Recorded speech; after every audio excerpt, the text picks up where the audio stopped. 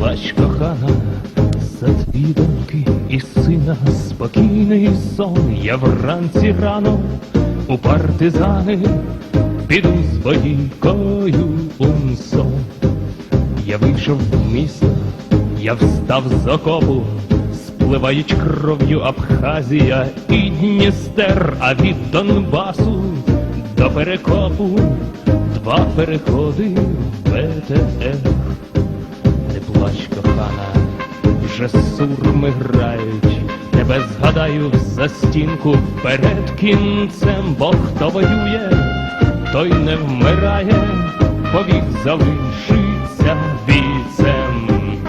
До ліктя лікач стає підмога, омила чао, мила чао, мила чао, чао, чао, і от порога, і до порога, де наша правда, наш звичай.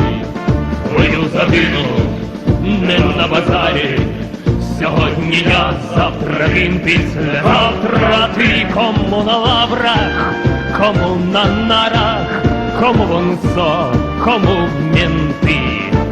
Нас криють міни, гірська дорога, і кожен з нас 100 раз вмер і 100 раз воскрес. І ось я вперше молюся Богу, як хрест стискаю АКС. Ми знову разом на барикадах, і не здригнеться твоя і моя рука. Он до штурму, он до влади, звучить наказ провідника. Снаряди свищуть, тріщить бруківка, моє кохання давно є одна війна, мій дім руїни, сім'я воїнка, а заповіт статут вона.